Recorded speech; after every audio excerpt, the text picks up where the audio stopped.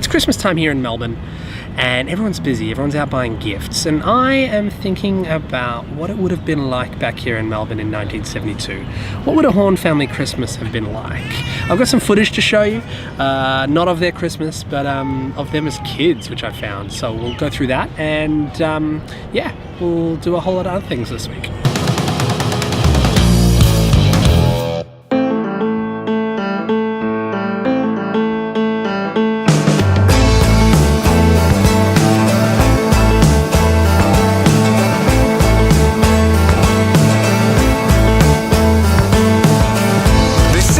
So one thing I do want to clarify, last week I did talk about me going and traveling to all the places that the Horn family went to back in 1972.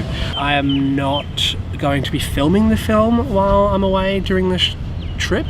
It's ultimately just research, so think of it this way: how can I write a script of a feature film when I haven't actually been to the places within the scripts? So yeah, that's why I'm doing the trip, is research, just purely research that I can write this script.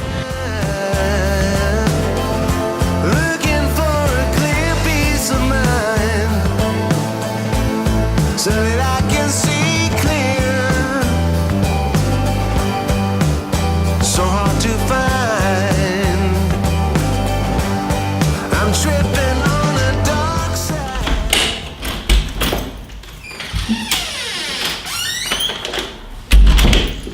So the Horn family would have spent their Christmas basically all together and building a boat so they could sail it around the world.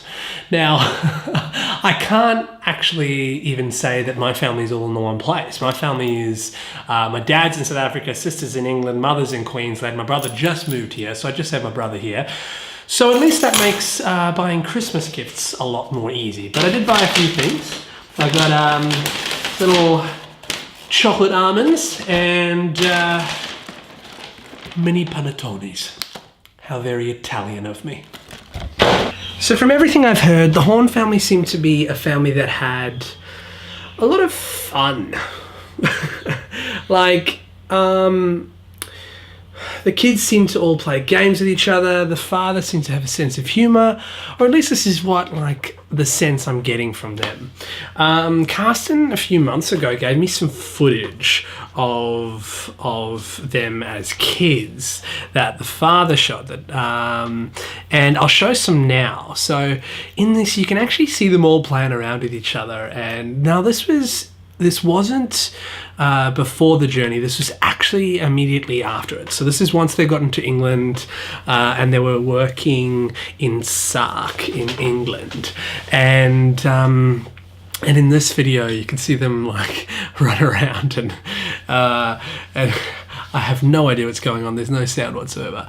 But yeah, it's really cool and to see them in action, or to see them as children, so that, you know, it gives me a real picture in my mind of what that would have been like.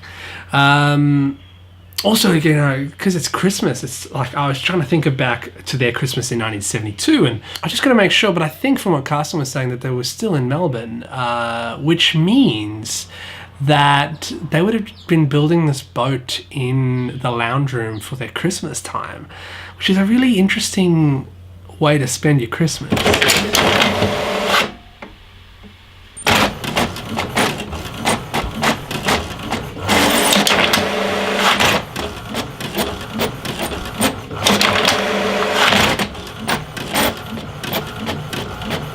As you can tell, a little bit of light reading here. What we have here is the agreement from the lawyer. Now, I thought I'd talk about transparency with the vlogs, just quickly. So, like, I don't think I'm going to be mentioning a lot of names per se, like the name of my entertainment lawyer, unless they're on board with it. Likewise, if I get a producer and things like that further on board and certain people, I'll have to just get their clear first before I really talk about their names or who they are and things. And I guess that's just to protect everyone involved. With that being said, I really want to still be transparent about the figures and how I'm going about things. So with that in mind, this here is the life rights contract for the 3 children. So basically I've sent it to all of them and they have to approve it now so that like I've approved it, and they have to approve it now and see if we can all sign it together. I thought I'd run through like what's exciting about it for me.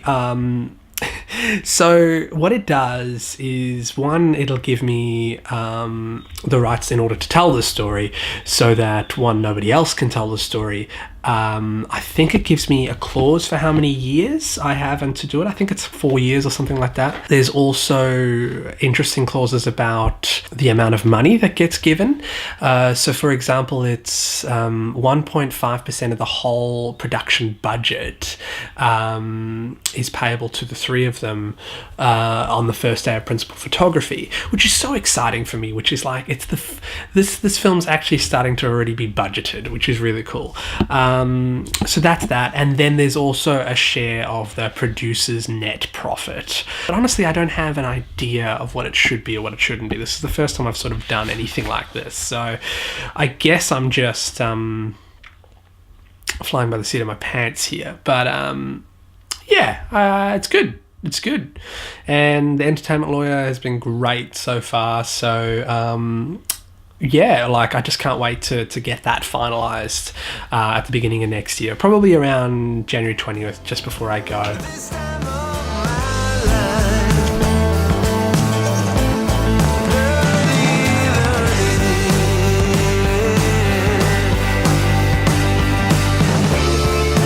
Dark sky only.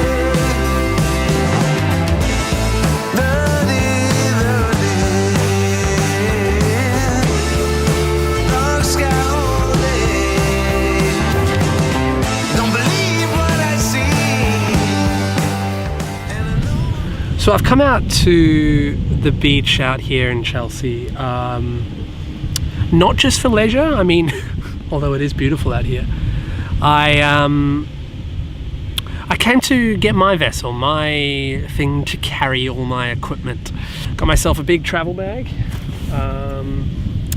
Got a steal off Gumtree, and the lady just gave it to me for $120, and it's retails at nearly $300. So yeah, I think I made a good deal. I realised that we're talking about Christmas this whole time, and I completely skipped what I did for Christmas, which was yesterday. So first I had breakfast with my housemate and his friend, and that was really lovely. Then I went out to meet up with my brother and his wife, and we went to an orphan Christmas party, which was fun. It was fun. Then I came home and watched more of The Stand. I've been really interested in. I read The Stand recently, and I've been really interested in the book, and so a friend of mine bought me this for Christmas, which is Stephen King on writing, because writing a book and writing a screenplay is the same thing, right? Maybe not. Anyway, I'll see you next week.